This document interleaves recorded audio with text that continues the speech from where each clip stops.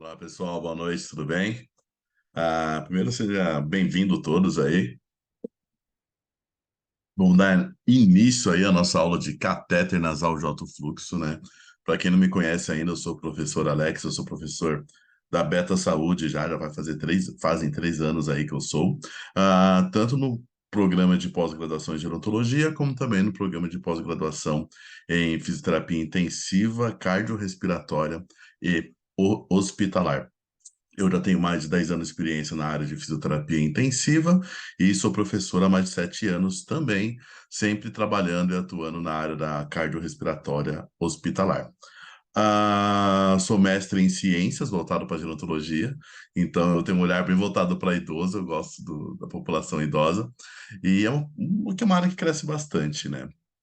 E sempre voltar também muito para cardiogeriatria. Eu gosto bastante de trabalhar com questões da cardio, porque se você for olhar, a cardio ela sempre tem um papel muito junto com a parte da pneumo, né? Por isso tem muitas pós que chamam cardio respiratória. Então, geralmente, quem era intensivo acaba flertando também aí com as questões da cardio. Então, sejam bem-vindos. Vamos iniciar nossa aula. Qualquer coisa, só perguntar, pode abrir o microfone e perguntar. Pode mandar no chat também, que eu vou parar com todo o prazer aí para te responder. Vamos ver, já tem algumas coisas aqui, aliás. Boa noite, galera, boa noite. Pessoal, então, dando um grande contexto, eu não sei em que anos vocês se formaram, mas antigamente, catéter nasal de alto fluxo era bem voltado para a população pediátrica, neopediátrica, então se usava muito em criança. Quando teve o Covid, quando teve a pandemia do Covid, começou a ser muito usado também em adulto, porque começou a se analisar, começou a ver que poderia, sim, ter um efeito muito benéfico no adulto. Tanto que antigamente essa disciplina não tinha nas pós-graduações. Hoje, praticamente, a maioria dos currículos das pós-graduações em fisioterapia intensiva, hospitalar, cardio, eles têm dentro o catéter nasal de alto fluxo. E também hoje é muito comum essa terapia ser usada em adulto. Pronto-socorro se usa hoje, dentro das unidades de terapia intensiva se usa, até mesmo em ambulatório se usa bastante. Então, é uma técnica que nós fisioterapeutas temos na mão e que está sendo muito, muito, muito utilizada. Então, saber quando utilizar, saber por que utilizar, qual tipo de hipoxemia eu uso, qual tipo de desconforto respiratório eu uso, qual que é a diferença que eu tenho do catéter nasal de alto fluxo para o catéter nasal de baixo fluxo, para oxigenoterapia convencional, aquela que eu uso a Venturi, aquela que eu uso a máscara com reservatório, a não reinalante, aquela que eu uso catéter tipo óculos. Qual que é a diferença de eu colocar esse tipo de oxigênio no paciente e colocar o catéter nasal de alto fluxo? O que muda? Qual que é o benefício? Qual que é a vantagem? Qual que é a desvantagem? Como eu prevejo a falha, como eu faço o desmame disso. Então, nosso objetivo hoje é isso, é desvendar os mistérios do catéter nasal de alto fluxo, desde o momento que eu devo colocá-lo, desde o momento que eu devo tirá-lo e quando deu falha, porque tudo falha, né? Quem dirá? Se até a VNI falha. A gente vai ver também que tem muito essa questão dessa comparação da VNI com o catéter nasal de alto fluxo, né? Qual que é o melhor? VNI, catéter nasal de alto fluxo. É a mesma coisa? Serve para as mesmas patologias? Comparado ao CPAP é uma coisa, comparado a binível ou BIPAP é outra coisa? Então, verás nessa aula aí toda essa questão, beleza? Então vamos lá. Pessoal, oxigenoterapia. Vamos primeiro começar iniciando aí falando sobre oxigenoterapia. Oxigenoterapia, qual que é a ideia? O ar ambiente aqui na atmosfera tem em média 21% de oxigênio. E uns 78 outros gases, como a gente vai ver, são feitos de nitrogênio. Quando eu tenho uma questão de hipoxemia, quando eu tenho uma baixa oferta de oxigênio, a pessoa precisa de mais oxigênio, eu oferto mais oxigênio, fazendo assim oxigênio terapia, fazendo uma terapia através de um adendo maior do que 21%. Então, você respirando nesse momento aí, você respira com 21% de oxigênio. E eu vou ter aí 78 de nitrogênio, 1% de argônio e 0,3 de dióxido de carbono. Então, do ar que você respira aqui no ar ambiente, apenas 21% é de oxigênio. Isso não é ruim, isso é o necessário para você ter a hematose, para o ar entrar ali e você ter toda essa questão do seu metabolismo. Só que às vezes eu tenho algumas questões patológicas que eu preciso de um adendo maior de oxigênio, eu preciso de mais oxigênio. Aí entra a oxigenoterapia. Mas lembrando que no contexto normal, você ter 21% é extremamente interessante. Pela questão, o oxigênio, ele também oxida, ele é tóxico, então ele também tem essa dificuldade. Outro ponto importante, se eu colocar muito oxigênio, eu posso ter atelectasia por absorção. O que seria atelectasia por absorção? Quando você faz uma inspiração, os alvéolos saudáveis, eles conseguem fazer a hematose, eles conseguem fazer a troca gasosa de todo o oxigênio que entra no seu alvéolo. Então, se eu fiz uma ins, entrou 21% de oxigênio e 78% de nitrogênio. Esses 21%, ele vai todo para minha corrente sanguínea. Eu faço toda a hematose desse 21%. O que sobra dentro do meu alvéolo? Sobra nitrogênio. Então, esse nitrogênio ele faz uma pressão alveolar, não deixando o meu alvéolo colabar. Então, ele aumenta, ele faz uma pressão ali, porque um alvéolo saudável, ele consegue fazer a hematose de todo o oxigênio que entra nele. Então, você fez uma inspiração, 21% vai fazer hematose, vai lá para sua corrente sanguínea lá fazer o metabolismo. Então, fica lá dentro, fica o nitrogênio. Quando eu oferto muito oxigênio, quando eu oferto lá FiO2 muito alto, quando eu oferto muito oxigênio e entra muito oxigênio, os alvéolos saudáveis eles conseguem fazer a hematose disso, não sobrando nenhum gás ou pouco gás dentro desse alvéolo, assim ele faz um colabamento, tem uma atelectasia e se chama atelectasia por absorção.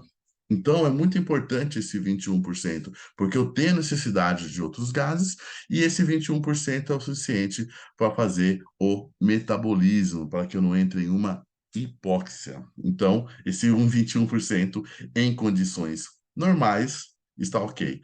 Não pode diminuir muito mais do que em outras condições aí, pode dar uma piorada, né? Boa noite, Léo. E aí, quais são as indicações? Quando eu começo aí a ter uma ideia de indicar oxigênio terapia? Primeiro, PO2 abaixo de 60 milímetros de mercúrio ou saturação abaixo de 90% em ar ambiente. Primeiro, a gente tem duas classificações aqui que eu acho que é importante a gente dar uma conversada. Primeiro, PO2 e saturação. São duas medidas de oxigênio que eu tenho lá na minha gasometria. Mas qual que é a diferença que eu tenho de PO2 para saturação? Tem diferença delas? Tem. Primeiro, saturação, esse valor de saturação de 90%, 92%, 96%, ele me indica o oxigênio que está saturando uma hemoglobina. Então, o oxigênio que está saturando uma hemoglobina, está grudando em uma hemoglobina, geralmente 4 moléculas de oxigênio, consegue se aderir a uma hemoglobina. Quando eu falo 90%, de saturação, eu estou querendo dizer que 90% das minhas hemoglobinas estão saturadas de oxigênio, se tornando uma oxohemoglobina. Então, quer dizer que 90% das hemoglobinas que eu tenho na minha corrente sanguínea estão saturadas de oxigênio. Quando eu tenho uma porcentagem pequena de hemoglobinas saturadas, eu vou ter um quadro de hipóxia. Então, eu vou ter 85, 84% das hemoglobinas saturadas de oxigênio, aí eu tenho um quadro de hipóxia. Então, sempre que eu penso em saturação, aquela que vem na gasometria, quando eu falo de saturação, o quanto de hemoglobina eu tenho saturada por oxigênio. 96, 94, 95. Então, é o quanto de hemoglobina eu tenho saturada por oxigênio. Quando eu penso em PO2, eu penso em uma pressão parcial de O2. E onde está o O2 quando eu penso em PO2? Ele está no plasma sanguíneo. É o oxigênio que está dissolvido no plasma sanguíneo. PO2 é a pressão que o oxigênio faz no plasma sanguíneo. Ele não está aderido em uma hemoglobina. Ele está ali dissolvido no plasma sanguíneo. Por isso que eu falo pressão parcial de O2. Então, eu tenho PO2, que é a pressão parcial de O2, que é o oxigênio que está ali no plasma sanguíneo, e tenho também a saturação, que é o quanto de hemoglobina eu tenho saturada com esse oxigênio, beleza? E quando eu falo SpO2, SpO2 quer dizer o quanto de hemoglobina eu tenho saturada na minha periferia. Daí, quanto tem de saturação na minha hemoglobinas na minha periferia. Então, quando eu tenho um PO2, eu tenho esse oxigênio dissolvido no plasma sanguíneo, maior, fazendo uma pressão menor do que 60 milímetros de mercúrio.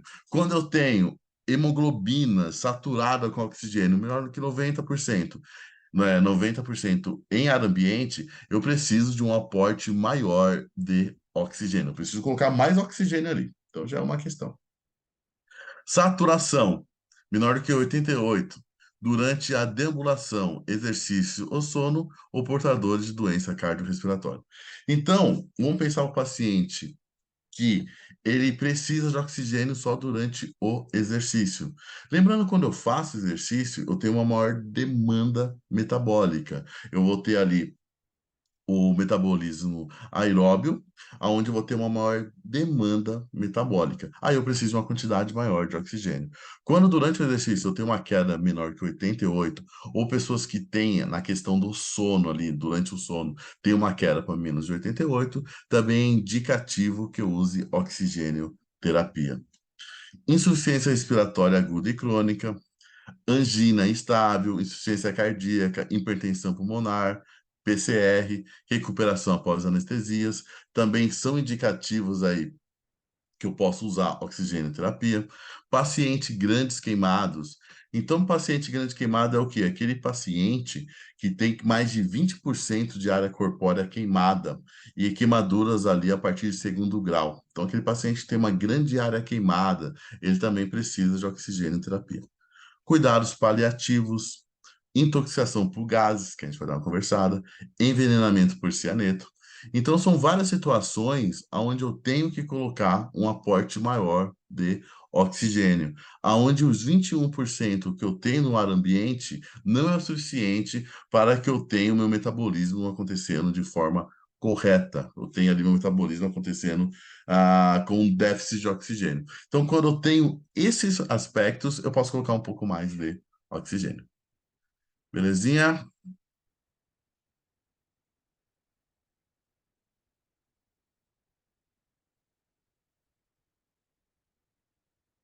E aí, quanto é o limite de oxigênio que eu uso?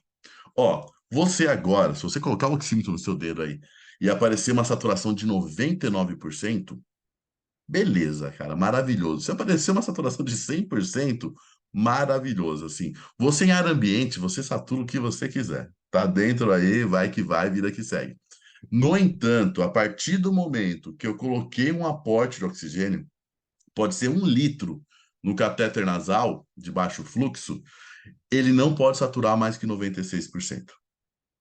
A partir do momento que você iniciou oxigênio terapia, a oximetria não pode passar de 96%. É o limite superior.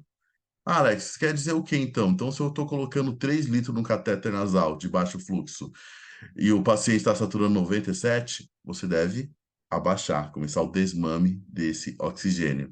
Você tem que deixar o oxigênio do paciente entre 92, ou a saturação, entre 92 e 96. Não se deve passar de 96. Pessoal, a hiperóxia, o excesso de oxigênio, ele mata mais do que a hipóxia. Pacientes que são expostos a uma quantidade grande de oxigênio morrem, têm uma mortalidade maior do que aqueles pacientes que estão em hipóxia. Então, o limite superior quando você coloca alguma demanda, quando você faz oxigênio-terapia, é 96.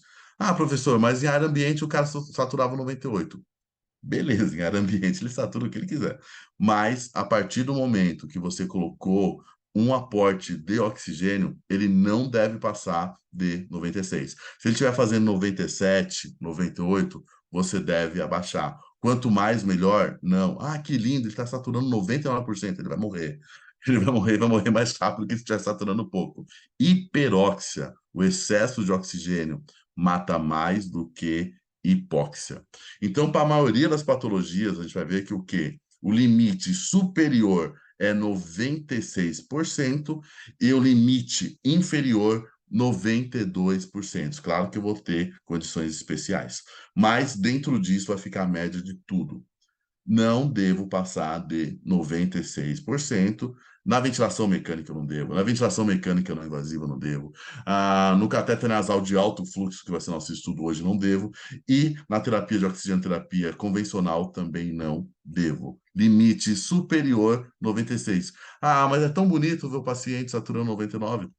É, mas ele vai morrer se acontecer isso, infelizmente. Então, não permita que isso venha acontecer, por favor. Então, limite superior 92, 96, limite inferior 92. E era muito comum assim, o cara teve um AVC, o cara teve um IAM, se colocava oxigênio na pessoa. Aí o pessoal falava assim: "Ah, é para conforto. Ah, ele tá um pouquinho cansado. Ah, mas pô, mas ele tá saturando 98%. Ah, não, mas é porque ele tá um pouco cansado. Não se deve fazer isso. A partir do momento que a pessoa satura mais que 96%, não se deve iniciar. A partir de 92, você não inicia a oxigenoterapia e você não deve passar de 96%. E o que foi visto, então, pensando em oxigenoterapia? Eu tenho uma recomendação forte que eu nunca devo ultrapassar, eu tenho que parar a oxigenoterapia quando eu chego em 96% de saturação. Então, sempre que eu chego em 96% de oxigênio, eu devo diminuir a oxigenoterapia, eu não devo deixar passar disso. Eu também tenho uma recomendação forte que pacientes que estão com uma saturação maior do que 93, 92, ali de 93 para cima, eu não preciso iniciar oxigenoterapia. O que significa? Se o paciente estiver saturando 93, 94, eu não preciso iniciar oxigenoterapia nele. Por quê? Porque ele está com uma quantidade suficiente de oxigênio, de moléculas ali, de hemoglobinas saturadas com oxigênio. Então, se tiver com 93 ali para cima, eu não devo iniciar oxigenoterapia. Aí vem um ponto. Daí você pode falar assim: pô, professor, mas se o paciente estiver saturando, não, se ele estiver apresentando desconforto respiratório, se ele estiver com uma frequência respiratória de 25, eu não posso pôr um oxigênio para melhorar isso? Se a saturação dele tiver maior do que 92%, ele está com uma questão ventilatória, não de oxigênio. Ele não precisa de um aporte de oxigênio terapia, ele precisa de um aporte de ventilação. Você tem que descobrir se uma VNI, nesse caso, não seja mais interessante, por exemplo, porque a oxigenação dele está boa. O que está causando esse desconforto é um distúrbio provavelmente ventilatório, não de oxigênio. Então, eu não devo iniciar a oxigenoterapia pacientes que estão saturando mais que 92%. Então, eu não inicio. Tanto que é uma recomendação fraca, aqueles a partir de 90. E aí, 90 eu já posso iniciar, porque aí eu tenho uma recomendação fraca. Então, aqueles que estão saturando 90%, aí sim eu posso iniciar com a oxigenoterapia. Acima de 92, eu não devo iniciar oxigenoterapia. Ah, mas ele está cansadinho, ele acabou de ter um AVC. Meu, se ele estiver saturando maior que 92%, não se deve colocar oxigênio. Ah, mas ele teve um EAM, eu vou diminuir o trabalho cardíaco. Se ele estiver saturando mais que 92%, não se deve pôr oxigênio. Saturou maior que 92, não coloca oxigênio. Passou de 96, começa a diminuir o oxigênio. Belezinha? E por que isso é tão importante? Porque a gente bate tanto o pé nisso? Porque é visto que terapias que você deixa oxigênio terapia sem um controle aumenta a mortalidade. Então, você usar oxigênio terapia sem controle, você acaba aumentando o nível de mortalidade. Então, se eu deixar o paciente saturando 98, 99, durante uma boa porcentagem do tempo que ele está internado, isso vai aumentar a mortalidade dele. Então, terapias livres de oxigênio, onde eu não tenho esse controle de manter um teto de 96 e não iniciar se ele consegue ficar acima de 92 em ar ambiente, é uma problemática, aumenta a mortalidade do paciente. Lembrando, hiperóxia mata mais do que hipóxia. O excesso de oxigênio vai matar mais do que a diminuição do oxigênio. Então, cuidado aí, não vão usar exageradamente aí o oxigênio. Mas é claro que existem condições especiais aí quando eu penso em oxigenoterapia. Então, tem algumas condições aonde o paciente ele pode saturar entre 88 a 92%.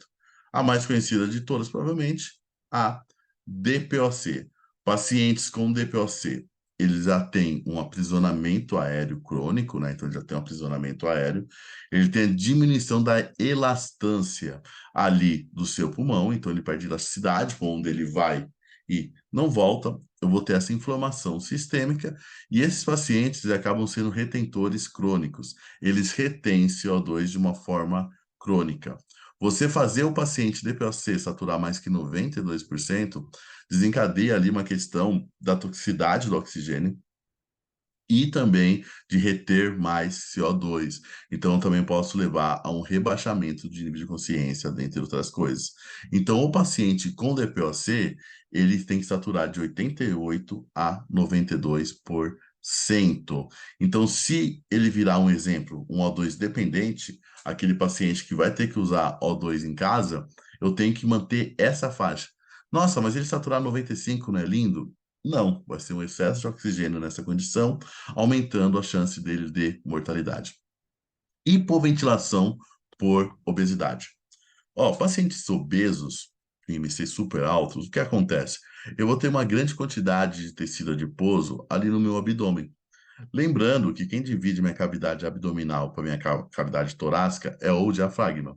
Então, ele aumenta muito a minha pressão torácica devido ao aumento da pressão abdominal. Então, a incursão do seu diafragma fica muito diminuído.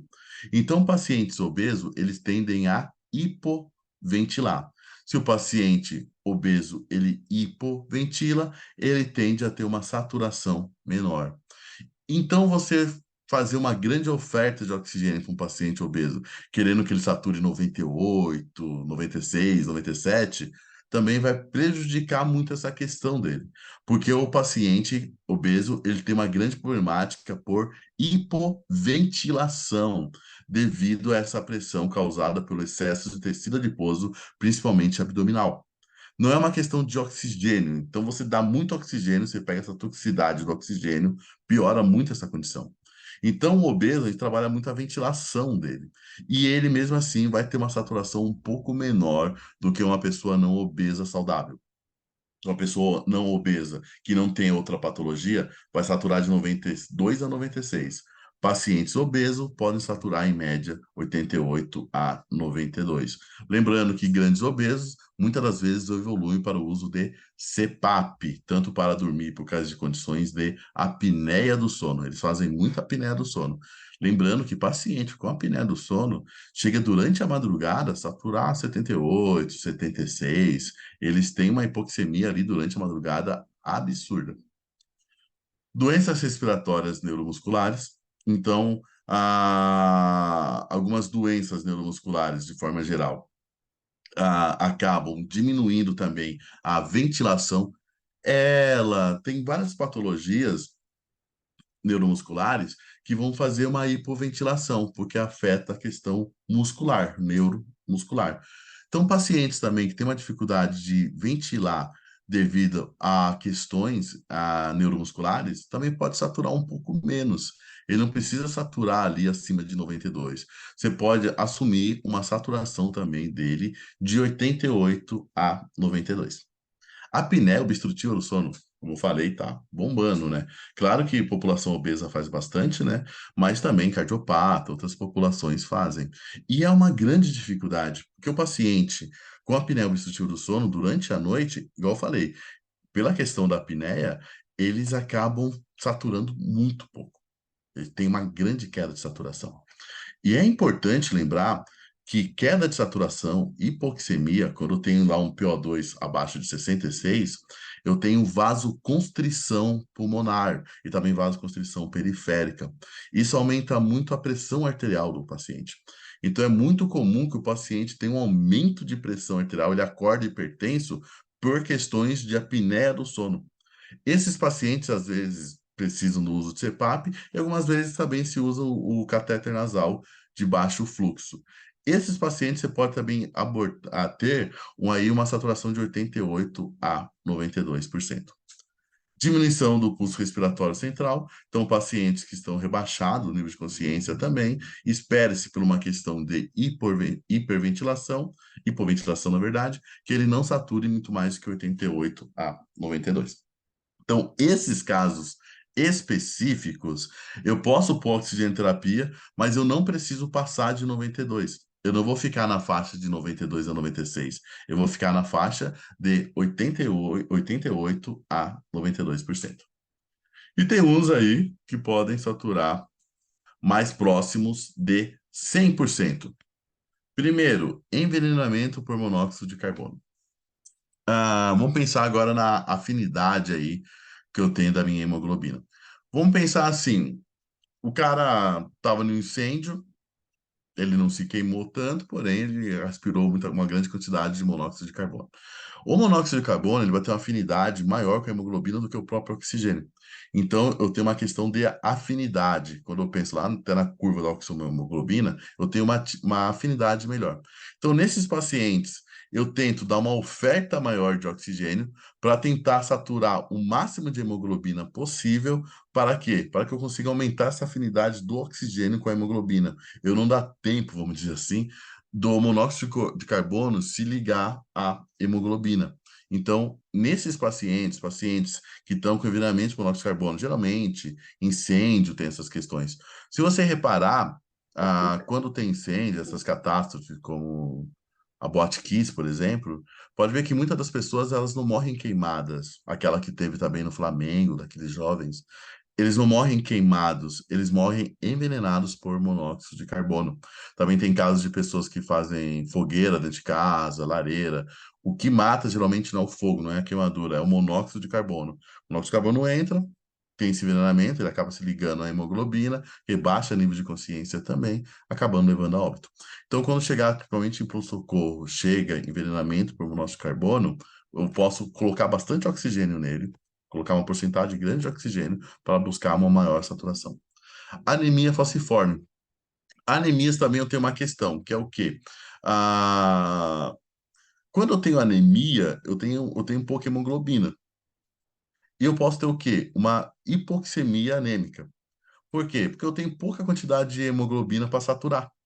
Então eu posso ter uma boa oferta de oxigênio, no entanto, eu tenho poucas hemoglobinas para fazer o transporte desse oxigênio. Por quê? Porque eu estou com uma anemia. Então, quando eu tenho anemia, eu tenho uma baixa quantidade de hemoglobina no meu corpo, eu posso buscar uma saturação de 100% delas. Por quê? Porque eu tenho uma baixa condições de hemoglobina. Então, as que existem, eu tento saturar muito bem. E pneumotórax. Pneumotórax, então, eu vou ter um rompimento ali do meu parênquima pulmonar, vou ter extravasamento aéreo, né? Vai sair o ar do meu pulmão e ir para a cavidade torácica. E nessas condições também de pneumotórax, eu posso buscar uma saturação próxima de 100%. Então, essas são condições especiais que eu saio do 92 a 96%. São condições que eu posso saturar em uma média mais inferior, de 88 a 92, e também outra média que eu posso saturar mais do que ali aproximadamente 100% das minhas hemoglobinas. Belezinha? Então, como eu falei, estratégias liberais de oxigênio terapia, usando porcentagem ofertada maior de A2, aumentam a mortalidade. Então, lembrando, hiperóxia aumenta a mortalidade do seu paciente. Então, estratégias liberais, onde você não tem esse controle de oxigênio, você deixa o paciente com uma grande saturação, a chance dele evoluir aí a óbito é maior do que quando se faz a hipoxemia. Oxigênio aí, como a gente vê, não é brincadeira, né? Então, antes de entrar no catéter nasal de alto fluxo, vamos pensar aí na oxigenoterapia convencional. Muito se divide a oxigenoterapia no quê? Em baixo fluxo e alto fluxo. E quando eu penso no dispositivo, eu penso no quê? Baixo fluxo é aquela que eu consigo dar até 5 litros por minuto. Vamos pensar assim, catéter nasal, tipo óculos, que você põe no seu narizinho aí, ele é de baixo fluxo, porque eu uso ali em média até 5, no Covid eu usava até 6. Então, eu não passo de 5, então ele é baixo fluxo. Aí, vamos pensar em máscara de Venturi, que eu consigo colocar fluxos maiores, de 5. Então, ele é considerado alto fluxo. Então, quando eu penso no dispositivo, eu tenho dispositivos que vão até 5 litros minutos, eu considero de baixo fluxo, e eu tenho dispositivos que vão a mais que 5 litros por minuto, eu considero alto fluxo, pensando no dispositivo, tá? Por que eu estou falando pensando no dispositivo? Porque também depende muito da necessidade do paciente. Às vezes o paciente ele precisa de um fluxo muito alto, ele está com aquela fome de fluxo. Eu não sei quem já trabalha na área, mas você já colocaram uma máscara no inalante do paciente e você viu que o reservatório ficava fazendo. Tipo, podia estar 15 litros ali na máscara no inalante. Por quê? Porque ele tinha tanta fome de fluxo, ele precisava de tanto fluxo que esses 15 litros era pouco para ele. Ele puxava tanto que, mesmo a máscara no inalante, ela se tornava um baixo fluxo para ele, porque ele precisava de níveis maior de fluxo. Então, quando eu penso no dispositivo, eu posso pensar que até 5 baixo fluxo, acima de 5 alto fluxo, quando eu penso no convencional. Mas quando eu penso no paciente, eu tenho que pensar a necessidade de fluxo que ele precisa. Aí que o catéter nasal de alto fluxo ganha um grande poder, né? Porque ele consegue ofertar aí até 60 litros por minuto. Ele consegue ofertar muita coisa. Então é aí que a gente consegue ter todos esses parâmetros. Belezinha? E pensando aí, o que é uma coisa que as pessoas acabam se confundindo um pouco, né? A diferença de fluxo e oxigênio. Quando eu penso em fluxo, quem pode me falar aí o que pensa? Quem me poderia me explicar o que é fluxo? Quando eu falo fluxo, o que vem na cabeça de vocês?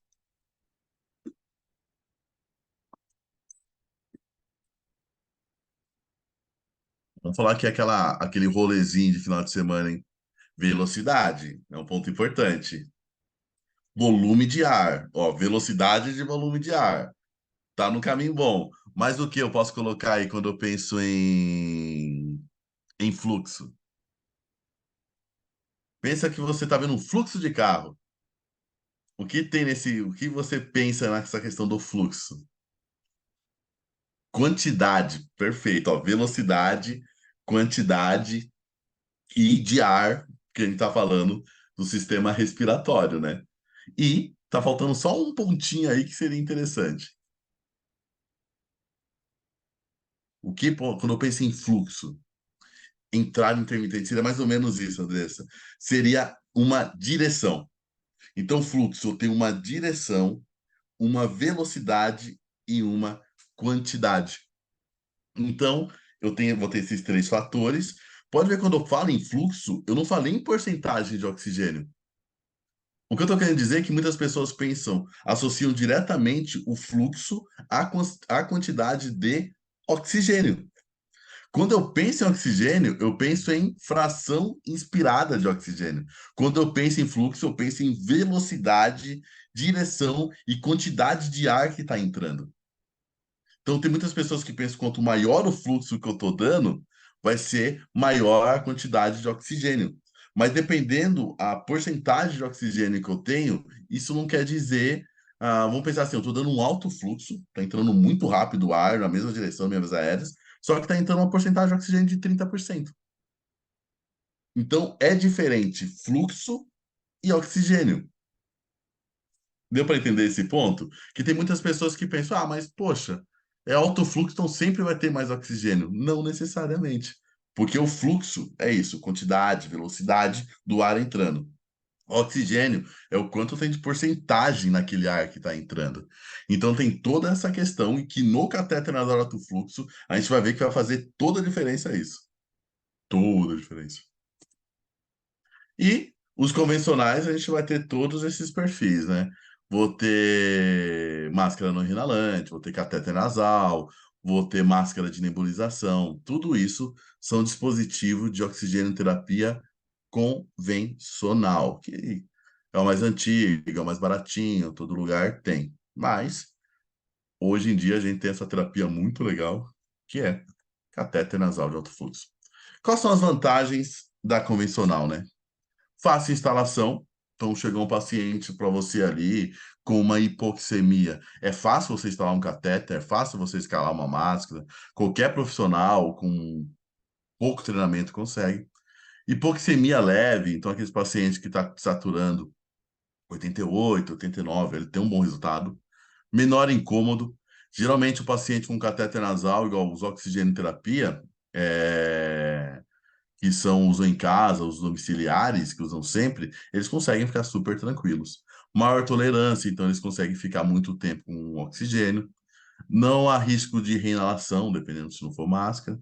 Não impede fala ou alimentação, então o paciente consegue ficar com um catéter, falar, comer, ter todos esses aspectos ainda.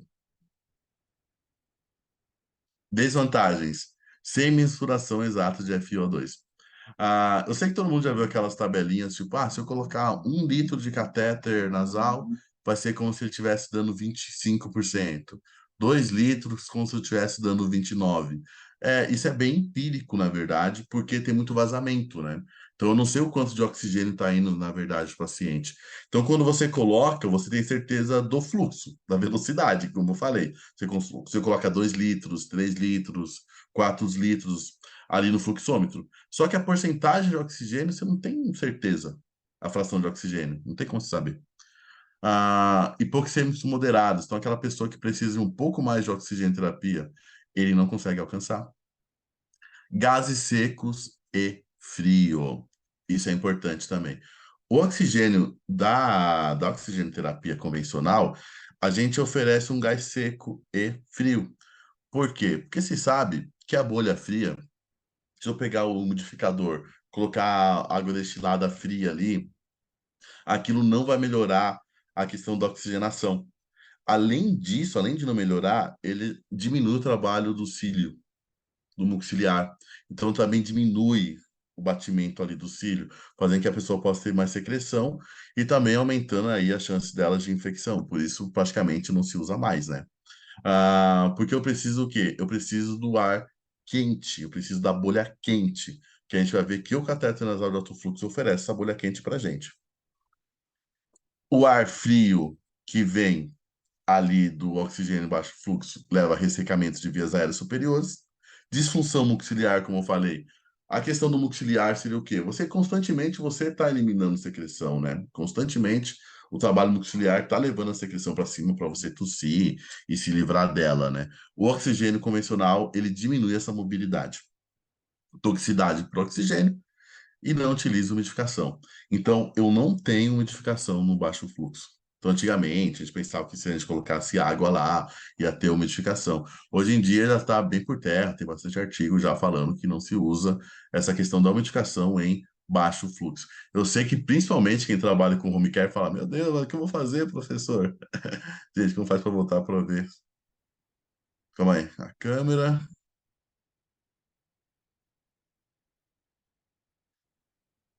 Ô, Thaís, você não tá conseguindo ver os slides? Isso? Tem mais alguém com problema de ver os slides?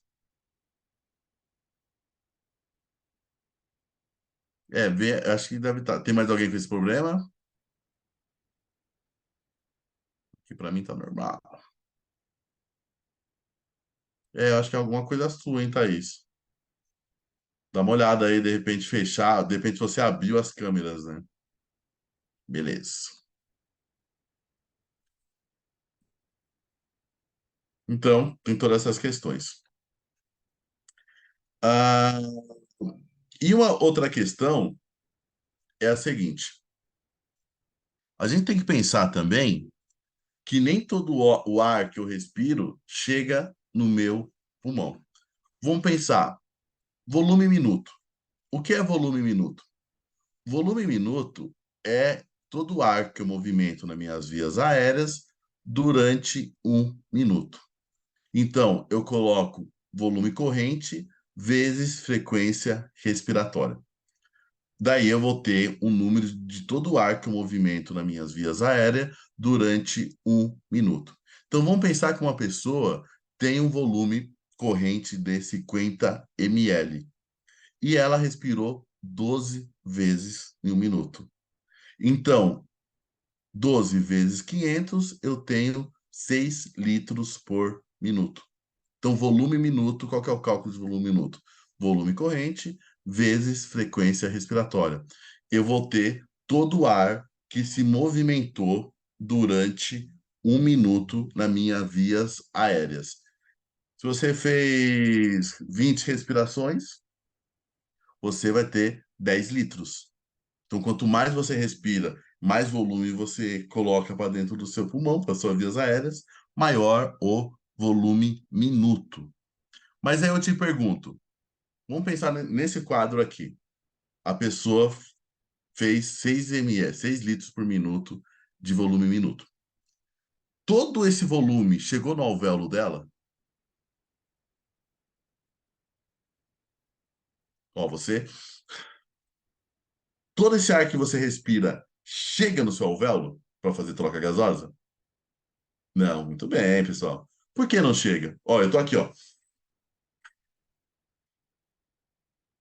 Espaço morto anatômico. Ó, perfeito. No adulto, eu tenho, em média, 30% de espaço morto anatômico. Então, desses 6 litros, apenas 70% chegou no meu alvéolo. Eu chamo isso de ventilação alveolar. Então, de todo o volume que você movimenta, que é o volume minuto, frequência respiratória vezes volume corrente, apenas 70% disso chega no alvéolo, onde eu chamo de ventilação alveolar. Isso acontece por questão do espaço morto anatômico. Todo mundo lembra o que é espaço morto anatômico? O que é espaço morto?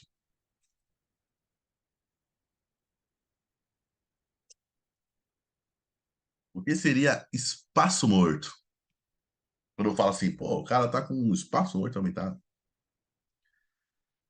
Alguém.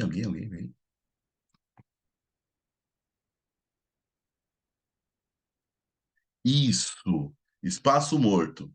Onde eu passo, onde eu tenho o ar passando, eu tenho a ventilação, porém eu não tenho a troca gasosa. Perfeito, por onde circula o ar, mas não ocorre troca gasosa. Traqueia, brônquios primários, secundários, sempre onde eu tenho o ar passando, porém eu não tenho troca gasosa, eu tenho espaço morto. No adulto, em média, 30% ali vai ficar como espaço morto.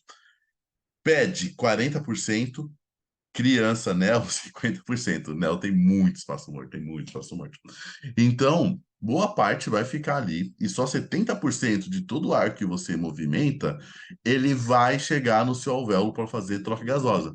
Então, desse ar que você está dando com mais oxigênio, apenas 70% chega ali no seu alvéolo para troca gasosa. E por que eu falo espaço morto anatômico?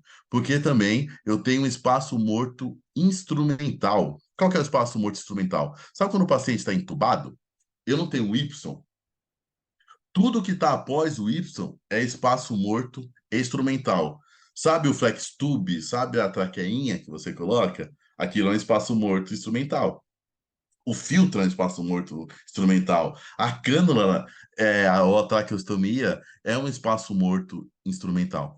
Então, eu tenho um espaço morto anatômico, que é aquele que é da morfologia da pessoa, e eu posso também ter um espaço morto instrumental, que é o espaço morto, aquele que está correlacionado aí com a instrumentação que eu posso colocar. Então, ventilação alveolar é o quê? É o volume minuto menos o espaço morto anatômico. Então, quando eu tiro espaço morto anatômico do volume minuto, eu tenho ventilação alveolar. Eu tenho o ar, o gás, que realmente chega no meu alvéolo, que está pronto para a troca gasosa. Então, no adulto, em média 30% é espaço morto anatômico e apenas então 70% vai acabar chegando ali em seu alvéolo. E por que eu falo em média, né? Porque eu tenho situações que pode mudar isso, né? Igual, idoso, pacientes idosos, eles têm maior espaço morto anatômico. Por quê? Porque eu tenho ruptura dos septos intraalveolares, aumentando o espaço morto. Como funcionaria isso, né? Como funcionaria essa questão? Deixa eu ver se eu consigo desenhar aqui. Você pega os alvéolos, ele parece mesmo uns cachinhos de uva, assim, né? Vão ter todas essas ligaçãozinhas assim. Então, entre os alvéolos, eu tenho esses espaços que são os septos. Nesses espaços, né, nessas ligações de um alvéolo com o outro, nesses septos, eu tenho troca gasosa. Eu tenho área de troca gasosa. Com o envelhecimento, eu tenho a ruptura disso. Ah, não é para apagar tudo. Mas pensa que se rompe isso. Eu tenho a ruptura deles. Então, eu fico com menor área de troca gasosa quando fica nesse ponto. Então, eu vou ter o paciente idoso, ele tem uma maior área de espaço morto. E eu tenho algumas patologias que também vão me levar a isso. Enfisema pulmonar, eu levo o quê? A uma maior questão de espaço morto. Então, esse 30% pode aumentar ainda. Então, a ventilação alveolar pode diminuir.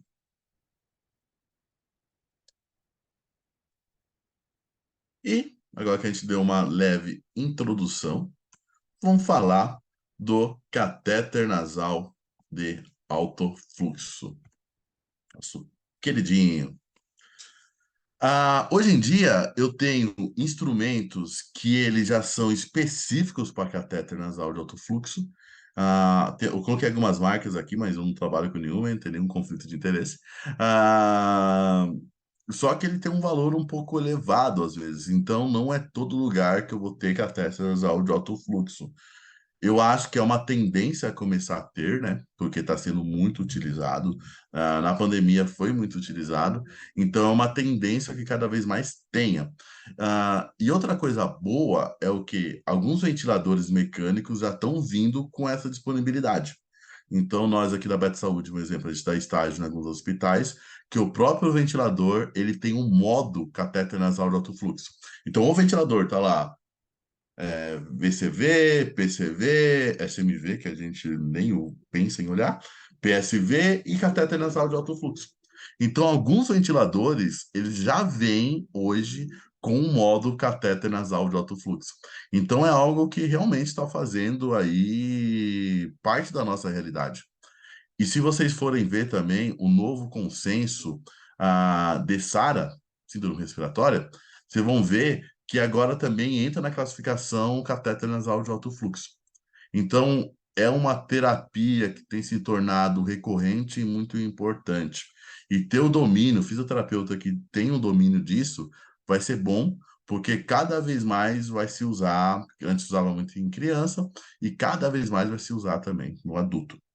Então, eu tenho as questões que são os aparelhos que são específicos para catéter nasal de alto fluxo, que realmente vão ter um custo maior, e eu tenho também ventiladores, que é uma nova tendência, os ventiladores vir com os modos de catéter nasal de alto fluxo. Aqui eu trouxe um vidinho esse é um da Fisher, que é um bastante utilizado, mostrando como ele funciona. Vou colocar aqui para vocês. The Evo 2 is a humidifier.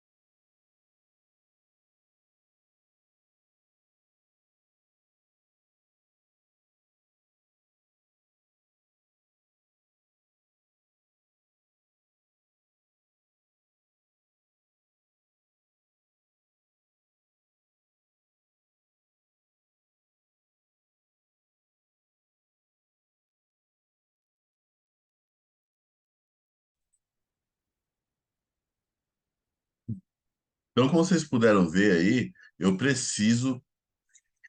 Opa! Eu preciso de um aparelho especial para o catéter nasal de alto fluxo, né? Por isso a gente fala que ele tem aí uma questão financeira maior. Ele é uma questão de alto custo. Ele é muito diferente de um catéter nasal de baixo fluxo, que eu preciso apenas do catéter nasal de alto fluxo e um fluxômetro.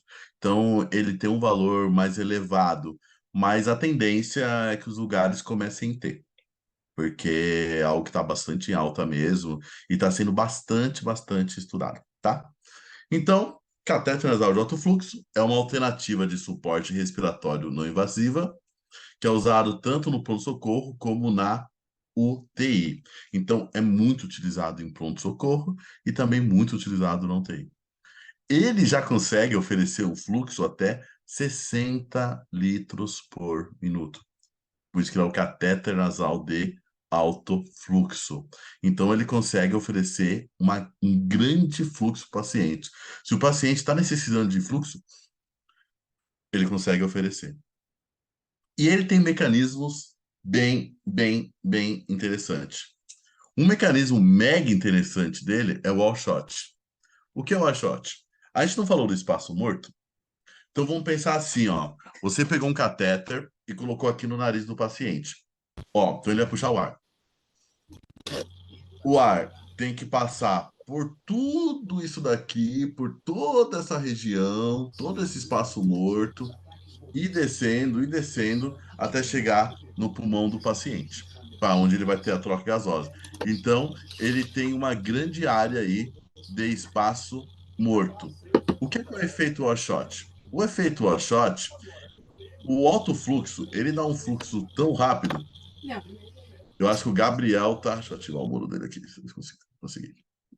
Ah, o Washot, o que é que é? O alto fluxo, ele movimenta o ar tão rápido, ele dá um fluxo tão alto que o paciente, quando ele faz uma inspiração, o ar já está aqui na laringe dele, está aqui na garganta dele. Então, o alto fluxo, ele elimina toda essa parte aqui de espaço morto. Efeito Warshot é o quê? Eu tenho a eliminação de espaço morto, porque esse fluxo ele é entregue muito rápido.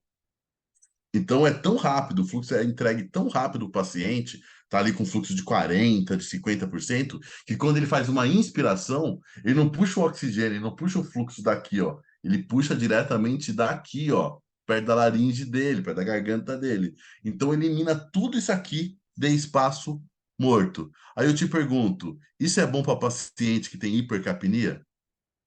Maravilhoso, é maravilhoso para paciente que tem hipercapnia. Então, um paciente que ele está com uma insuficiência respiratória do tipo 2 é sensacional. Sim, totalmente, Ars, totalmente, totalmente. Por quê? Pensa assim, pô, o cara DPOC, hipercapnia absurda, você vai colocar o oxigênio aqui em cima nele, tem todo esse espaço morto ali não tem troca gasosa. Ó, fica ar preso aqui, ele reinala CO2, que ele expirou e já puxou de volta. Eu tenho uma reinalação. E você tem um dispositivo que elimina todo esse espaço morto, é muito bom para insuficiência respiratória hipercapneica. Muito bom. Então, aqui já entra um ponto importante. Oxigênio terapia de alto fluxo, ele é bom tanto para insuficiência respiratória do tipo hipoxêmica, como também ele é importante para o sistema respiratório, para a insuficiência respiratória do tipo hipercapneica. Então, ele é muito importante. Então, o efeito Washot, ele elimina em partes o espaço morto. Então, pensa bem, o ar entra tão rápido, ele circula tão rápido pelo fluxo alto, que quando o paciente faz uma inspiração, ele puxa direto aqui da laringe. Não entra por aqui. Quando o paciente faz isso, ó, ele não puxa o ar daqui, ele puxa o ar oxigenado, umidificado já aqui da laringe. Beleza? Então, tem o efeito washout, que é esse efeito aí que vai ter uma eliminação aí do espaço morto. Muito importante, muito importante. PIP. A ideia não é ele dar uma PIP. Necessariamente, você não coloca, quando a gente vai ver aqui, você não vai lá no ventilador, no catéter nasal, de alto fluxo, no aparelho, e coloca uma PIP. Não tem lá como você quantificar, vou pôr uma PIP de 5, vou pôr uma PIP de 6. Não tem isso. No entanto, você oferece um fluxo tão rápido, ali acima de 40, que ele causa uma PIP, indiretamente. Então, você oferece um fluxo tão rápido que acaba oferecendo uma PIP ali entre 4, 5, 6. Só que eu não consigo mensurar isso. Eu não consigo colocar no aparelho de cateter nasal de alto fluxo uma PIP. Porém, essa velocidade de entrada ela é tão rápida que ela causa uma PIP, uma pressão expiratória final. Então, por tabela, ela acaba causando uma PIP. E isso vai também ajudar a minha oxigenação. E outro ponto mega importante, o condicionamento do gás. Você tem o gás aquecido no cateter nasal de alto fluxo. Você viu ali na foto? Você tem a bandejinha, e ali você aquece o ar, você dá esse ar aquecido e umidificado por paciente. Isso melhora muito a hematose e o trabalho mucociliar. Cara, existe muitas pessoas que estão usando cateter. Alguém tem sinusite aí? Dá aquela sofrida por sinusite. Tem muitas pessoas, a pessoa está em ambulatório, está colocando catéter nasal em pessoas com sinusite, porque sinusite vai ser inflamações dos seios nasais, né? Então, coloca lá o catéter nasal de alto fluxo, você tem um aquecimento ali dos seios nasais. Nossa, cara, é uma técnica de remoção de secreção, praticamente. A pessoa começa ter todo o muco saindo ali e dar um alívio assim absurdo. Então, até para isso está sendo usado o catéter nasal de alto fluxo. Então, ele indiretamente, ele não é uma questão de ventilação, mas como ele entrega um volume muito alto, ele consegue aí ter toda essa questão do desconforto respiratório. Que vamos pensar assim, mais uma vez. O paciente, ele chegou com desconforto respiratório para você. Ele chegou taque dispneico com uma frequência respiratória de 28. Só que ele está saturando 95%. Eu dar oxigênio nasal de baixo fluxo para ele, vai adiantar? Quem acha que adianta? Ele está saturando 95%, ele está saturando bem, só que ele está com desconforto respiratório. Não vai adiantar. Muito bem. Por que não adianta? Porque a questão dele é uma questão ventilatória, como a gente falou no começo, não de oxigênio terapia. No entanto, todavia, quando eu coloco ele no catéter de alto fluxo, que eu gero esse fluxo muito alto, aí já adianta. Então, eu consigo dar um aporte também devido a esse fluxo aumentado. Então, no catéter nasal de alto fluxo, efeito washout, eu tenho um efeito que ele elimina espaço morto, já oferecendo ar perto da garganta do paciente, fazendo com que ele consiga já respirar ali. O catéter nasal de alto fluxo já oferece uma PIP para o paciente indiretamente, você não vai colocar no aparelho a PIP, só que ele entra tão rápido que ele acaba oferecendo uma PIP e ele sim, ele aquece o ar. Lembrando, para ter o efeito umidificador, umidificante ali do gás, eu tenho que ter aquilo aquecido. O catéter nasal de alto fluxo vai ter, você tem que pôr água, você põe a água lá, daí vai ter a bandeja. Daí lá vai aquecer esse ar. Então você vai entregar para o seu paciente um ar aquecido. Isso faz com que ele seja muito mais efetivo para a troca gasosa. E vamos lá então. Pontos importantíssimos. Primeiro ponto, não se deve ocluir a cânula nasal de alto fluxo, do catéter nasal de alto fluxo, não deve ocluir mais do que 50% das narinas. Por quê? Eu não falei do efeito Wall-Shot, que vai acabar saindo ar. Eu preciso ter uma saída de ar também. Se eu coloco, então, praticamente, toda a narina e o paciente fecha a boca, se for, dependendo da situação, se for em criança, por exemplo, eu posso fazer até pneumotórax. Por quê? Porque não tem aonde escapar o ar, eu tenho só um fluxo muito rápido entrando. Então, isso é importantíssimo. Quando você for colocar catéter nasal de alto fluxo, analise o tamanho da cânula. Eu tenho cânula de adulto, de PED, de NEL, o tamanho da cânula nasal, para não ocluir mais do que 50% da narina do paciente. Por quê? Eu tenho que ter um escape. Eu tenho que ter uma área de escape. Você pode lesionar aí o pulmão do seu paciente se não tiver essa área de escape. Muito importante você analisar o tamanho. Temperatura. A gente vai colocar uma temperatura de média de 36 a 37%. No aparelho, no próprio aparelho, eu consigo mensurar essa temperatura. Tem paciente que vai falar, nossa, 36, está muito quente, às vezes a gente coloca 35.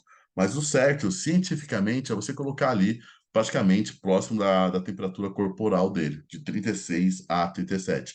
Então, você vai direcionar esse gás de 36 a 37 aí, graus. Isso é muito importante, porque como ele é aquecido, esse ar realmente vai aquecido e umidificado para o paciente. Isso faz toda a diferença na troca gasosa. Isso a gente chama de bolha quente. É muito diferente da bolha fria que você coloca lá. Aquele da bolha fria, ele atrapalha. Esse da bolha quente, que é o ar aquecido, ele melhora a hematose, melhora o trabalho mucociliar, então a pessoa vai expectorar mais secreção, vai ser mais fácil sair a secreção do paciente, você vai ver que ele expectora mais, vai melhorar a troca gasosa, enquanto o outro faz ao contrário, resseca. Então aqui eu já tenho um fato. Só que eu tenho que colocar ali em média 36 a 37%. Lembrando que essa aula é voltada para o público adulto. No adulto, você começa com quanto de fluxo? Você começa com um fluxo de 40. Cientificamente, aí pela literatura, o 40 seria o mínimo para se começar em adulto. E o máximo, até que tem se visto, é o 60. Então, sempre eu fico de 40 a 60 litros por minuto. Então, você vai iniciar a sua terapia com 40 litros por minuto. Ah, no catéter nasal de alto fluxo, eu consigo colocar a FiO2, eu consigo mensurar exatamente a FiO2. Aí eu posso colocar uma FiO2 para começar entre 60 a 70%. Mas aí, como eu quantifico essa FiO2 depois? Então, eu iniciei com 40 ml por litro, por fluxo, por litro minutos, e iniciei com uma FI de 70. Como eu mensuro isso? A FI, você vai mensurar realmente pela saturação periférica. Ele não vai poder passar de 96 e não vai poder ficar com menos de 92. Se ele passou de 96, você diminui essa oferta de oxigênio. Se ele abaixou de 92, você aumenta essa oferta de oxigênio. Já o fluxo, eu vou literalmente, o que tem sido mais aceito, pelo desconforto respiratório do paciente. Você aumenta o fluxo, você vê essa necessidade de um fluxo maior dele. Você colocou 40, você viu que ainda ele está com uma frequência respiratória de 33, ele ainda está taquispineico, ele ainda está usando musculatura acessória, você aumenta o fluxo. 50, 55, até 60. Então você vai subir, a maioria dos aparelhos vai até 60 também. Então você vai aumentando até você ver que você deu esse suporte aí pro paciente. Então o que é importante? Adulto, fluxo entre 40 e 60, FiO2, o ventilador dá de 21 a 100%. Você tem que colocar uma FiO2 que mantenha uma saturação entre 92 a 96%. A temperatura para iniciar 36, 37, isso se mantém. E não pode ocluir mais que 50% da narina. Para quê? Para que não tenha a questão de você causar um trauma no paciente. Lembrando, se você ocluir tudo, vai entrar, se o cara fechar a boca, vai entrar, e eu posso ter um pneumotórax aí. Em criança é mais fácil acontecer, mas em adulto também. Não tiramos esse lado, né? Beleza? Alguma dúvida até aqui? Tá tranquilo? Tá suave?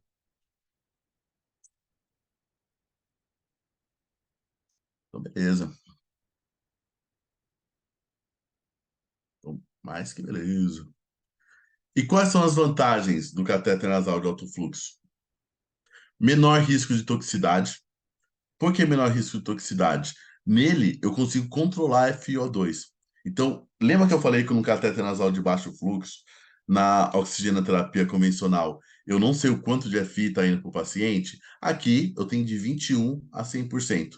Então, no catéter nasal de alto fluxo, eu posso escolher de 21 a 100%. Então, aí eu posso ver se eu estou realmente dando a quantidade de oxigênio necessária. Maior tolerância da interface. Quem aqui já teve que fazer VNI? Alguém já teve que fazer VNI aqui? Ou só colocou nas pessoas? Alguém já passou, teve um covidinho aí, alguma coisinha? Porque a fisioterapeuta gosta, né? Já fez, já, Jadson? É confortável o VNI? Não é lá muito. Na aula geralmente a gente é bonzinho, a gente coloca de boa. Quer ver ficar 2 horas lá no ponto-socorro com a VNI já é uma coisa complicada, é uma coisa complicada. Então, é bem complicado, cara. Assim, não é muito útil, mas não é muito confortável. Por quê? Porque eu não posso ter um grande escape, né? Então, geralmente é um pouco apertado, né? Tem pessoas que têm uma fobia, né? Principalmente quando é full face, que pega a face inteira, eles têm um pouco mais dessa problemática, né? O catéter nasal não foi nada legal na aula. O catéter nasal de alto fluxo, ele é muito mais suportável. Por quê? Porque como ele é só um catéter, a pessoa consegue continuar falando, a pessoa consegue comer. Na verdade, o catéter, até eu acho que é uma coisa que pode gerar uma pergunta. A pessoa pode ficar dias com catéter nasal de alto fluxo. Não é só igual a VNI, que eu tenho que colocar, tirar, que eu tenho um risco de lesão de face. Tem pessoas que ficam aí semana com catéter nasal de alto fluxo, fica muito tempo. E é confortável, a pessoa consegue falar, consegue uma questão de higiene melhor, né? Já a VNI realmente aperta, então ela é muito mais confortável quando. Tem essa questão, a máscara ela tem que ter o tamanho do rosto, né? Então é um pouco mais dificultoso. Menor risco de lesão, como eu disse, a VNI, ela pode ter muita lesão de pele, né? Porque é uma lesão por pressão, porque aperta muito, né? Porque eu tenho que eliminar o máximo possível de vazamento, então às vezes você aperta um pouco mais, né? Efeito washout, então eu vou ter esse efeito de eliminação de espaço morto, o catéter nasal de alto fluxo, ele acaba tendo esse efeito de diminuir espaço morto, e através disso ele acaba lavando, não pode usar muita palavra lavar, mas ele acaba eliminando o CO2. Então vamos pensar assim, paciente com uma insuficiência respiratória hipercapneica, do tipo 2. Então chegou um cara com PCO2 de 53. O catéter nasal de alto fluxo para ele magnífico, magnífico. Enquanto uma máscara não inalante para ele não ia ser tão interessante, a princípio, né? Por quê? Porque ele tem essa questão de eliminar espaço morto. Então, o efeito washout, muita vantagem. A PIP, porque, como eu falei, no catéter nasal de alto fluxo, você não controla, você não coloca um volume de PIP, um valor de PIP. Porém, como o fluxo é muito rápido, você acaba dando uma PIP. E umidificação efetiva. Como esse ar é aquecido, você consegue aquecer esse ar, então esse ar ele consegue aumentar a hematose, aumentar o clearance pulmonar, você libera mais secreção. Eu não sei, alguém já colocou catéter nasal de alto fluxo aqui? Tem muitas pessoas que não pacientes, quando a gente vai dar aula lá na Beta Saúde, no Instituto Beta, a gente coloca o catéter, quando a gente tira, a pessoa começa a escorrer o muco da pessoa. Por quê? Porque aumenta muito o clearance. Já, né? Desceu a secreção muco daí de você, Vanessa? Geralmente acaba descendo aí. Por quê? Porque aumenta essa condição aí do ar aquecido. Então, desce um pouco, né? Se a pessoa tiver com alguma síndrome gripal aí, que desce horrores. É bem interessante. Então, tem todas essas vantagens. Mas claro também que eu tenho desvantagens, né? Eu posso colocar em paciente sem drive respiratório? Não. Por quê? Porque um é que ele não tem backup, né? Ele não é um ventilador, não ventila. Ele é um aparelho de catéter nasal de alto fluxo. Então, o paciente ele tem que ter drive respiratório, tem que ter drive respiratório. Monitoração da pressão. Lembra que eu falei que o catéter nasal de alto fluxo ele dá uma PIP entre 4 e 6? Porém, eu não sei se o quanto está indo. Eu não sei. No ventilador mostra a PIP intrínseca, né? No ventilador mostra a PIP que está dando para o paciente. No catéter nasal de alto fluxo, eu não sei o quanto de PIP está dando. Eu não sei o quanto de pressão está dando. Então, isso é um lado ruim. Risco relativo de escape de ar. Eu tenho muito escape, principalmente por boca. Por quê? Lembra que eu tenho a orofaringe, nasofaringe, orofaringe, laringofaringe? Então, a parte do nariz e da boca são conectadas. Então, quando o paciente abre a boca para falar, escapa ar. Então, tem um grande escape. E o alto custo. Ele é um aparelhinho que vai custar 45 mil, né? Os aparelhos mais tranquilos. Então, é um valor razoável, né? Então, vamos pensar no hospital, que tem umas 5 UTIs, é um valor aí um pouco aumentado. Mas, igual eu falei, hoje em dia alguns ventiladores já têm e é uma grande vantagem aí. Então, essa é uma desvantagem, o valor talvez seja o maior empecilho de ter em mais lugares, né? Porque é um valor elevado, né? Mas eu acredito que tende a aumentar toda essa questão. E as indicações, como a gente disse, uma das principais indicações são nas insuficiências respiratórias agudas. Então, o paciente com hipoxemia moderada, aquele paciente que está com uma PO2 menor do que 60 milímetros por mercúrio, é super indicado. Pacientes com insuficiência respiratória do tipo 2, com hipercapnia, ali com PCO2 acima de 50, um pH abaixo de 7,3, ou 7,30 ou 35, também já é indicado. Por quê? Porque tem o efeito Washot que lava, elimina CO2 e ele oferece uma porcentagem grande de oxigênio e de fluxo. Então, se o paciente ele tem insuficiência respiratória no COVID, por que foi muito usado no COVID? O paciente chegava com uma insuficiência respiratória no COVID, colocava o catéter nasal de alto fluxo e tinha um efeito bem benéfico aí, uma questão bem legal no COVID. Então, o COVID deu um certo estouro, né? Os lugares que tinham, utilizou bastante. Então, os pacientes que evoluíam com insuficiência respiratória e usavam o catéter nasal de alto fluxo, eles conseguiam aí um benefício bem legal. E quais são alguns pontos importantes que a gente pode falar do nosso querido catéter nasal de alto fluxo? Primeiro e não menos importante, ele é superior à oxigenoterapia convencional.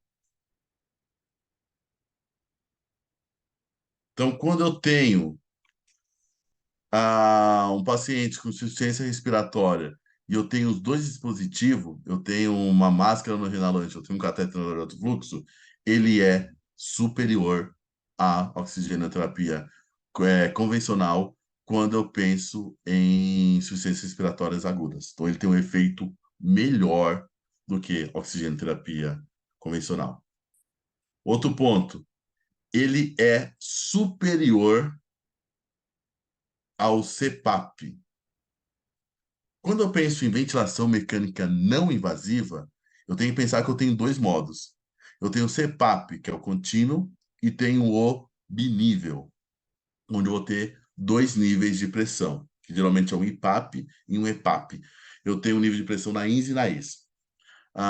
Quando eu penso só no CPAP, que é um único nível de pressão, que é contínuo, o catéter nasal de alto fluxo, pensando em insuficiência, e os estudos mostram que ele é superior.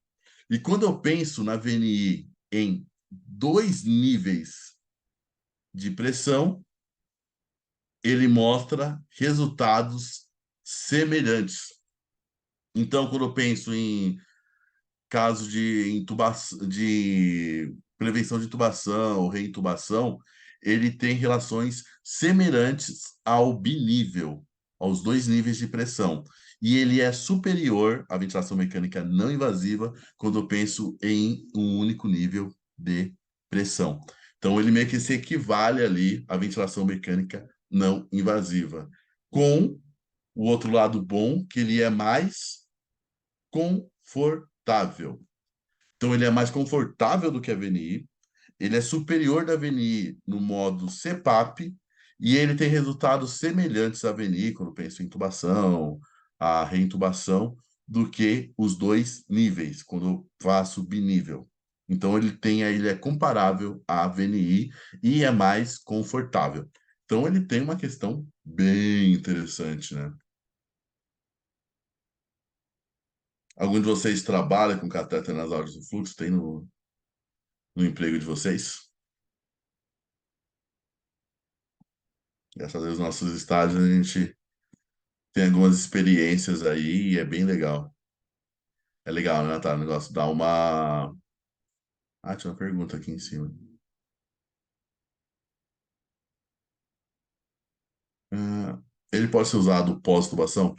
Pode, quando tem a indicação, né? Principalmente pacientes que têm uma indicação, vamos pensar em DPOC. Paciente é DPOC, ele foi estubado e ele tem uma questão aí que ele pode ter um aumento aí, uma questão de hipercapnia. Então ele pode ser usado. Tem alguns estudos que falam que ele não previne a reintubação, mas também tem outros estudos que falam que ele colabora com isso. Então, realmente pode ser usado na pós-extubação, principalmente pacientes que podem ter uma hipercapnia. Então, ele pode ser usado tranquilamente. Bem interessante, boa pergunta. Deixa eu ter mais uma pergunta. Sim. Ah, no ventilador ele vai ter esse modo, né? Mas também eu posso ter aí para pedir. É, utilizado como auxílio no processo de oclusão. Dá para usar também ele no. Na pediatria, olha, você está indo para outra área, hein? Você tá indo pra outra área. Dá para usar catéter nasal de alto fluxo. Eles têm alguns dispositivos, eles têm para colocar na traqueostomia, tá? E pode sim ser utilizado. Mas lembrando, nos pacientes que vão ter ali a necessidade de um ou dois a mais. Então, vamos pensar assim, o paciente está com traqueostomia, porém ele não consegue, ele não está ainda fazendo a oclusão da tráqueo dele, e ele ainda precisa de uma oxigenoterapia. Eu posso usar cateter nasal de alto fluxo nele. Só que a grande questão é assim, que a gente vai ver daqui a pouco isso. Se o paciente já estiver no processo de decanular, de fazer a oclusão, e ele precisar de um fluxo menor do que 15 litros por minuto, eu já não uso mais a alto fluxo. Eu passo para o baixo fluxo. Então, é interessante eu usar de 15, 20 para cima. Aí eu acabo usando. Se for menos do que isso, não é interessante eu usar, porque já entra num processo de desmame do alto fluxo. E você que perguntou do iniciar aqui em cima, geralmente a gente inicia com 40 litros e a gente vai fazendo o desmame disso. A gente vai fazendo essa questão do desmame. Muito bem. Na pediatria a gente usa valores menores. Na pediatria a gente vai usar 30, 20, não é muito minha área, mas na pediatria a gente acaba usando valores menores do que do adulto, tá? Mas já não é muito minha área, não, trabalho com adulto. E como prever a falha? Como eu vejo que o paciente ele não respondeu ao catéter, que a gente tem que pensar assim, o paciente chegou com insuficiência respiratória. Aí eu vou e coloco o catéter nasal de alto fluxo nele. Se ele não responder, eu tenho que fazer o quê? Ele tem que evoluir para uma intubação orotraqueal. E eu não posso postergar isso. Eu não posso demorar isso. Então, qual que é o preditor que eu tenho para ver se o catéter nasal de alto fluxo não está funcionando no paciente? Eu tenho quem? O ROX Index. O ROX Index, ele é o quê? O índice ROX. O índice ROX. O índice ROX, ele é o quê? Ele é um preditor de falha do catéter nasal de alto fluxo. Ele tem uma previsão se o catéter nasal de alto fluxo vai falhar, levando assim ao paciente a necessidade de uma intubação.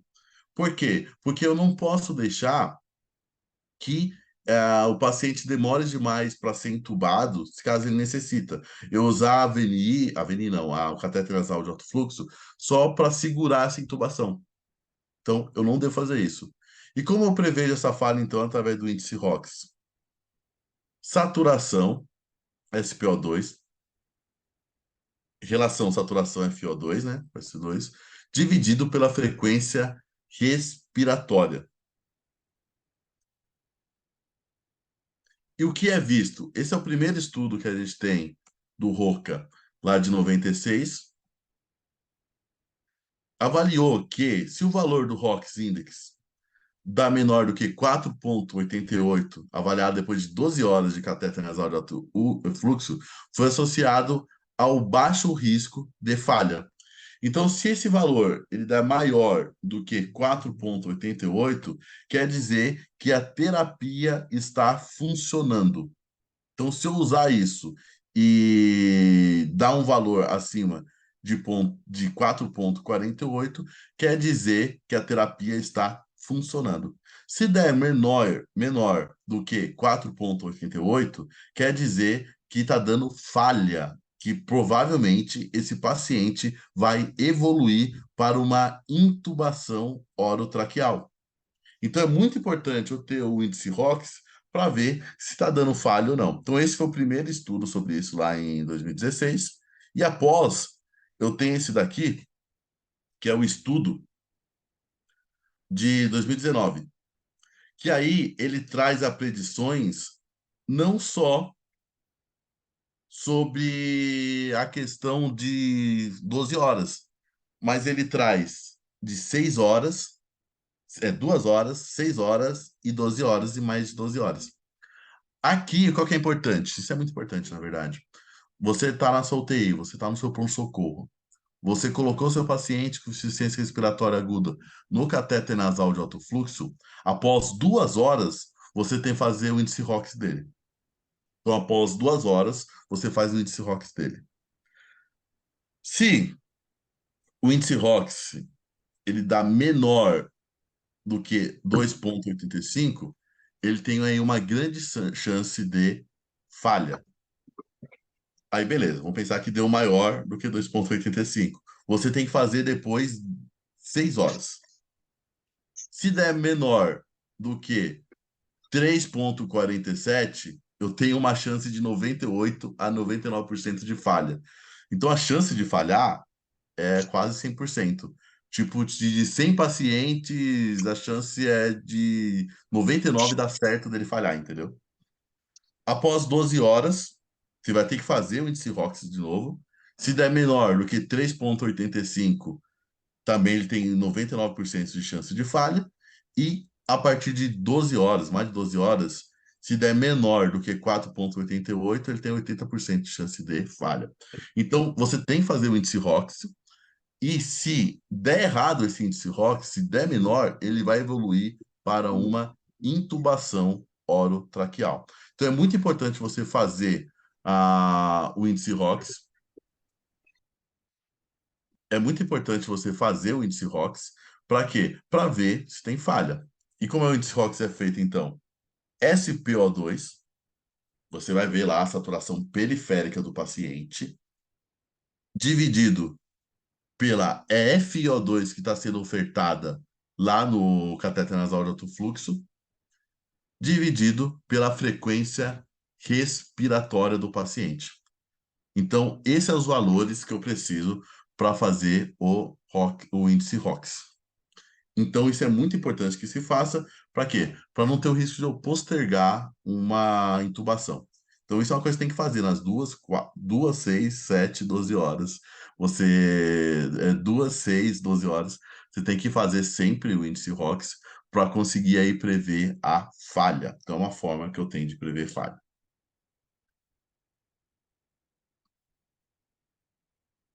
Daí outro ponto importante, isso já tem algumas discussões, tá? Infelizmente, mas tem alguns estudos que estão saindo que tendem a melhorar. Ah, como é que eu faço o desmame disso? Vamos pensar que o índice ROX da pessoa tá legal, tá tendo um bom índice ROX, e eu vou evoluir o desmame. Então, primeira coisa, eu começo a diminuir a FiO2 em hora e hora, buscando uma saturação entre 92% e 96%. Então, em hora, eu começo a diminuir a saturação, a FiO2 dele. Vamos pensar que ele está com 60%. Eu começo a diminuir para alcançar aí uma saturação entre 90, 92 e 96. Deu certo, eu consegui fazer o desmame da porcentagem de FiO2, cheguei a 40%, eu começo a diminuir o fluxo. Então vamos pensar que ele está com um fluxo de 60.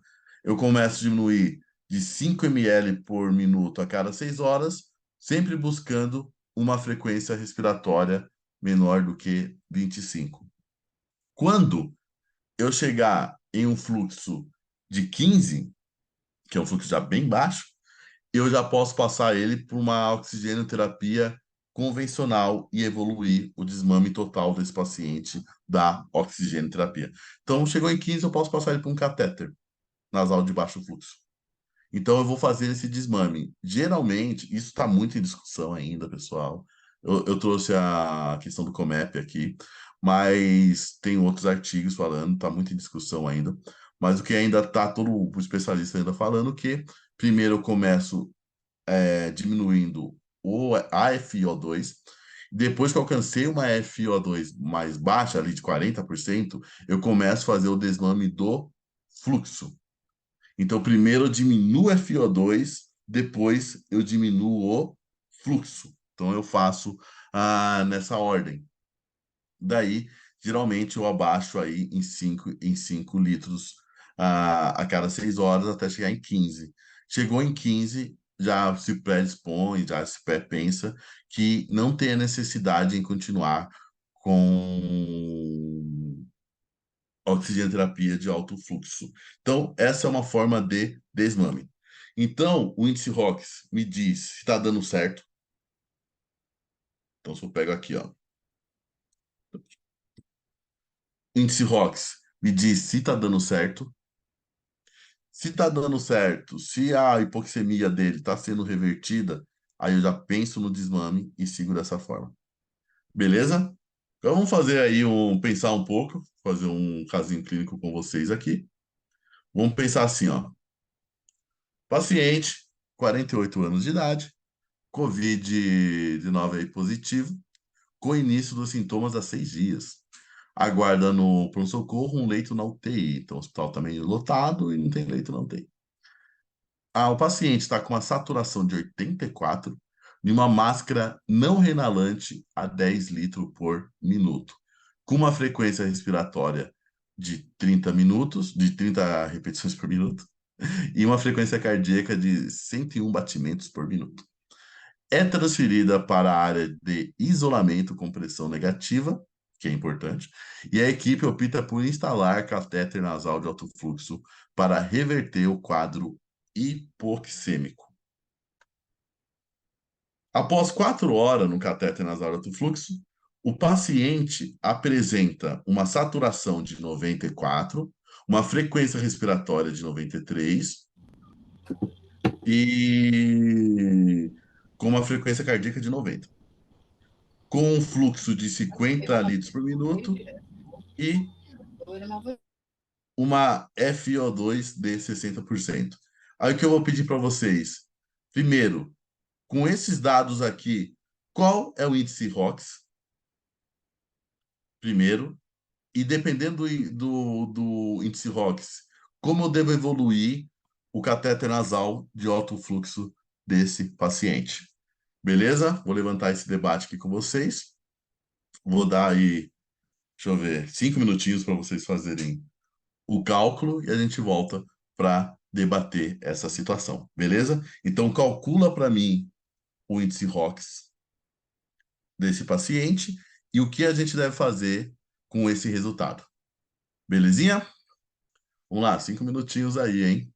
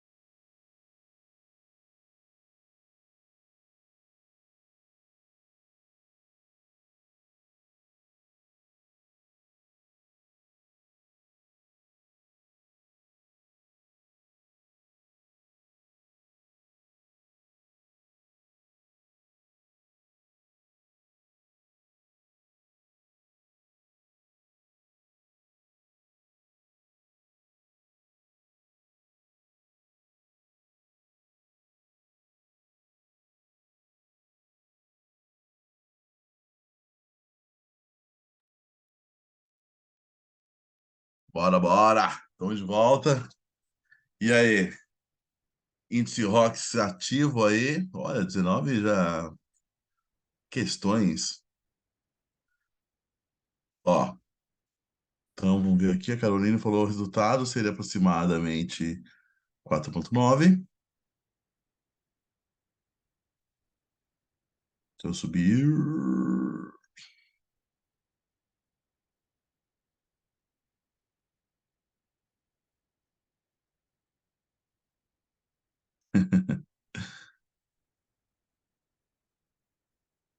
Boa, Gisele. Vamos ver aqui.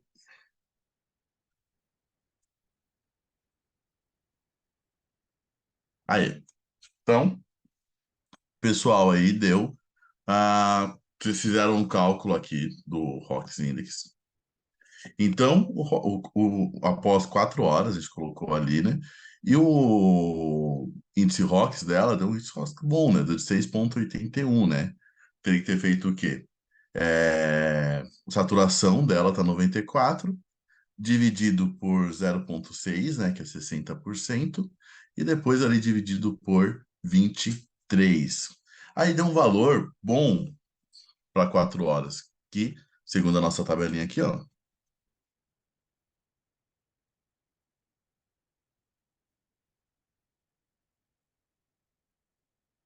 ali de 2 a 6 horas, ele teria que ter aí maior do que 2,85, 3,47. Então, o índice ROX dele deu bom. Então, realmente, como disse o nosso amigo aqui, evoluir com o desmame. Então, é um paciente que a gente tem que começar a já pensar em evoluir com o desmame. Então, ele está bem, ele já está tendo uma característica, só que ainda a saturação dele está de 94. Então, eu poderia abaixar um pouco, talvez, a FiO2 dele, né? Eu coloquei ali no caso clínico uma FI, peraí, de 60%. Então, realmente, eu posso começar a abaixar uma FI dele, só que eu posso abaixar a FI a dele desde que. Isso, perfeito, Zé. Desvame primeiro da FI. Nesse caso, se ele não. FI começa a baixar, desde que ele mantenha acima de 92%. Aí, depois que eu começar a baixar, eu tô com 60%, né? Quando chegar em 40%, eu começo a baixar quem também? O fluxo. Sempre lembrando de manter uma frequência respiratória abaixo de 25. Se eu tiver abaixo de 25 a frequência respiratória dele, eu continuo abaixando 5 ml do fluxo. Então eu vou abaixando primeiro a FI, mantendo sempre o superior acima de 92%. Ah, tá 60, coloquei 50, ele ficou saturando 94% ainda? Maravilha, continuo baixando. O 2 indicaria a concentração de oxigênio fornecida. Calma aí. Sim, o fluxo de 50 litros gerido uma oferta excessiva de oxigênio para o paciente. Ó, deixa eu ver se eu entendi, Caroline. Ó, a FiO2 é a porcentagem de oxigênio que eu estou oferecendo para ele. Então, nesse caso, eu estou oferecendo 60% de oxigênio para ele. E o fluxo é a velocidade que eu estou oferecendo isso para ele. O quanto eu estou pegando esse gás, ó, isso é importante. Se eu estou dando 60% de oxigênio para ele, os outros 40% que está entrando é o quê? Nitrogênio.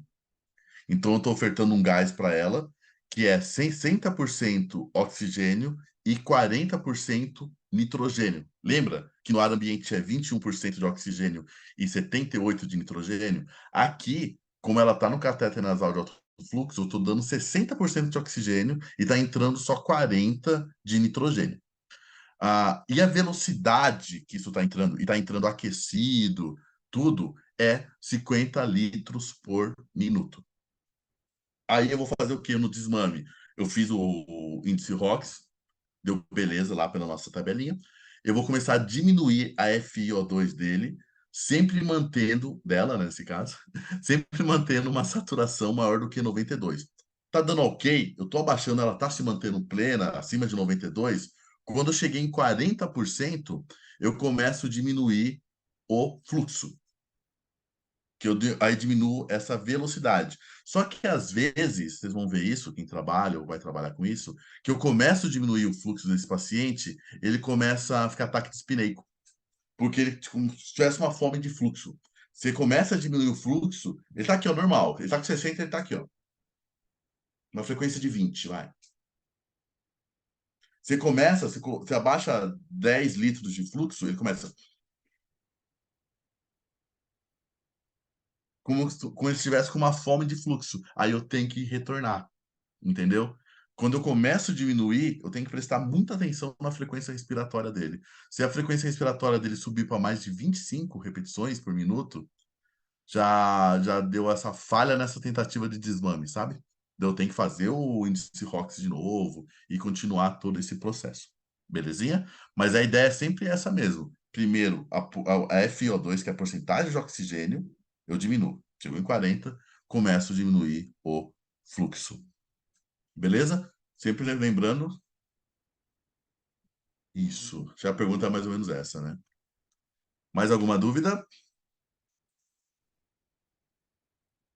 sobre o caso? Lembrando, a temperatura, ela sempre fica entre 36 e 37. A temperatura eu não mexo. Não tem a diminuição da temperatura, sabe? A temperatura, ela se mantém. Tempo de permanência. Meu, o paciente pode ficar muito tempo com catéter nasal de alto fluxo. Ele não tem o malefício de tempo de ficar, desde que eu faça o índice ROX para ver se eu não estou postergando uma intubação. Porque quanto mais tempo eu postergo uma intubação, pior o prognóstico, principalmente em COVID. Então, se eu coloco ele, deu um índice ROX de 1,8, sei lá, baixo, e eu não intubo esse paciente, aí o prognóstico dele é pior. Beleza? E aí, pessoal, alguma dúvida? Ou todos tranquilinhos? É uma aula que geralmente é muito assunto para falar, né? Geralmente tem a questão da parte prática, ver o aparelho, ele é extremamente interessante, né? E o cateter nasal de alto fluxo, como eu disse, ele veio literalmente para ficar, né? Tem sido muito utilizado já. Não sei quem já é nosso aluno ou não, mas nas nossas pós-graduações a gente tem um aparelho, né? A gente até agora no final do ano vai ter workshop comigo, que eu vou levar o aparelho e vou falar. E é extremamente importante isso. Então, continue estudando. Estudem bastante essa questão da afinidade da hemoglobina, da oxigenoterapia, porque isso é bem importante para a gente, tá bom?